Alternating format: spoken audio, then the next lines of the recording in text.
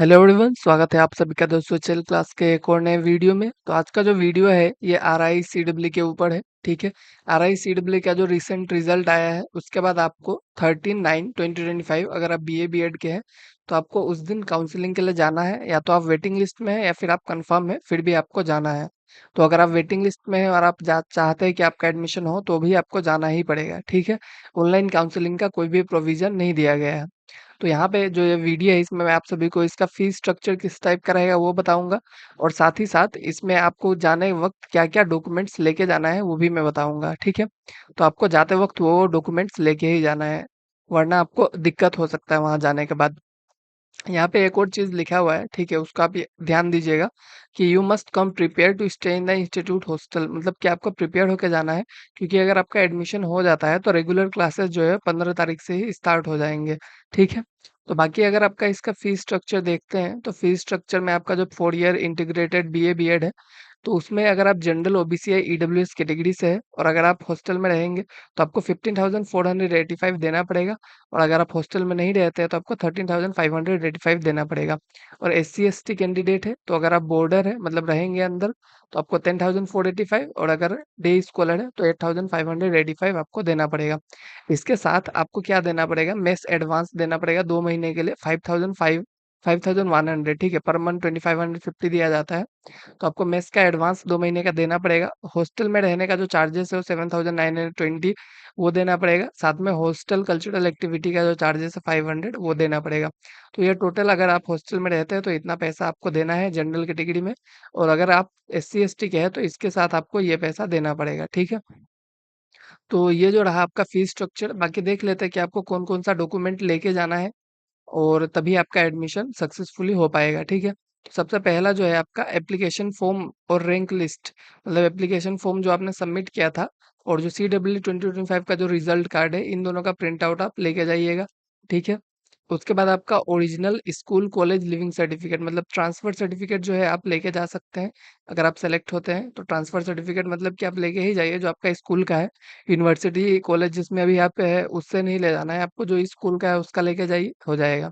उसके बाद आपको ओरिजिनल कंडक्ट सर्टिफिकेट कहा गया है, जो कि आपको स्कूल का जो हेड ऑफ द इंस्टीट्यूशन है, जैसे कि आप क्लास 12 जिस स्कूल से किए होंगे उसका जो प्रिंसिपल होगा उनसे आप ये देने के लिए कह सकते हैं। ठीक है, आपको कंडक्ट सर्टिफिकेट मिल जाएगा। उसके बाद आपको ओरिजिनल मार्कशीट चाहिए क्लास 10 एंड 12 का, दोनों लेके जाइएगा, बस 12 का लेके जाने से नहीं होगा। और ओरिजिनल सर्टिफिकेट डिप्लोमा डिग्री, जो कि आपने अगर डिप्लोमा सर्टिफिकेट कोर्सेज किया है तभी लेके जाना है, और नहीं किया है जनरली लोग नहीं करते हैं तो आपको लेके नहीं जाना है। ठीक है, original and valid caste certificate, अगर आप कोई भी कैटेगरी से बिलोंग करते हैं, OBC S T S C कोई भी कैटेगरी के हैं, तो आपको जो है कास्ट सर्टिफिकेट लेके जाना पड़ेगा, जो कि ओरिजिनल होना पड़ेगा और साथ में वैलिड होना पड़ेगा। ठीक है, तो आप कास्ट सर्टिफिकेट जो है वो लेके जाइएगा। उसके बाद आपका रेसिडेंशियल सर्टिफिकेट क्या होता है आपका, पीआरसी जो कहते हैं परमानेंट रेसिडेंस सर्टिफिकेट, वो रहेगा। या तो आपका जो डोमिसाइल सर्टिफिकेट होता है कोर्ट में जो बनता है वो रहेगा। ठीक है, दोनों में से एक लेके जाइएगा, हो जाएगा। बाकी आपको ओरिजिनल सर्टिफिकेट चाहिए अगर आप पीडब्ल्यू कैटेगरी से है, जो कि आपका chief district medical officer at least उनका साइन उस पे होना चाहिए। ठीक है, जो आपका पीडब्ल्यू सर्टिफिकेट रहेगा उस पे। उसके अलावा आपके पेरेंट्स का वैलिड इनकम सर्टिफिकेट आपको लेके जाना है। फिर माइग्रेशन सर्टिफिकेट आपको लेके जाना पड़ेगा। माइग्रेशन सर्टिफिकेट जो है आपको, अगर आप सीबीएसई बोर्ड से है तो आपको तो जो डिजी लॉकर है वहां पे ही मिल जाएगा। बाकी अदर बोर्ड्स का आप स्कूल से अपना खोज सकते हैं। ठीक है, बाकी आपको ऑनलाइन एंटी रैगिंग भरना पड़ेगा, लेकिन ये आपको पहले नहीं लेके जाना है, ये एडमिशन जब कंफर्म हो जाता है तब आपको वहां पे फिल करना पड़ता है। ठीक है, उसके बाद आपको एक एफिडेविट लेके जाना पड़ेगा कोर्ट से, जो कि या फिर नोटरी पब्लिक ऑफिस जो होता है वहां से, जिसमें आपका सर्ट मतलब कि जो डॉक्यूमेंट है, सर्टिफिकेट है, मार्क्सशीट जो आपने दिया हुआ है, वो सब जो है आपका जेन्युइन है, ओरिजिनल है और आप ही को बिलोंग करता है, इसका एक एफिडेविट बना के लेके जाइएगा। ठीक है, एक मेडिकल फिटनेस सर्टिफिकेट भी आपको लेके जाना पड़ेगा। गवर्नमेंट मेडिकल प्रिकॉशनर मतलब कि आप एक सरकारी हॉस्पिटल में जाइएगा, वहाँ पे आपको मेडिकल फिटनेस सर्टिफिकेट मिल जाएगा, उसको लेके जाइएगा। और उस पे साइन जो है एटलीस्ट एक असिस्टेंट सर्जन का होना चाहिए, ये मतलब मैंडेटरी है। ठीक है, और relieving order in case of candidate is employed, तो जनरली एम्प्लॉयड कैंडिडेट नहीं रहते तो ये आपको जरूरत नहीं है। ठीक है, आधार कार्ड का जो फोटो कॉपी है वो आपको लेके जाना पड़ेगा।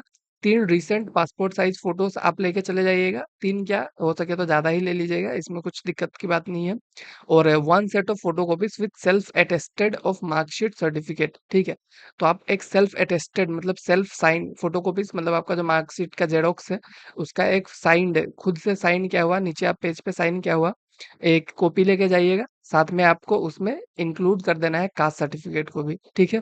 इन दोनों को एक साथ जॉइन करके एक फोटोकॉपी लगा के आपको क्या करना है, उसको साइन करके लेके जाना है, ठीक है? यही डॉक्यूमेंट्स था और फीस स्ट्रक्चर था। आई होप आपको सब कुछ समझ में आ गया होगा। बाकी आपको और भी डिटेल्स चाहिए तो आप हमारे चैनल के साथ जुड़ सकते हैं। अगर कोई अपडेट आता है तो हम आपको ज़रूर बताएँगे।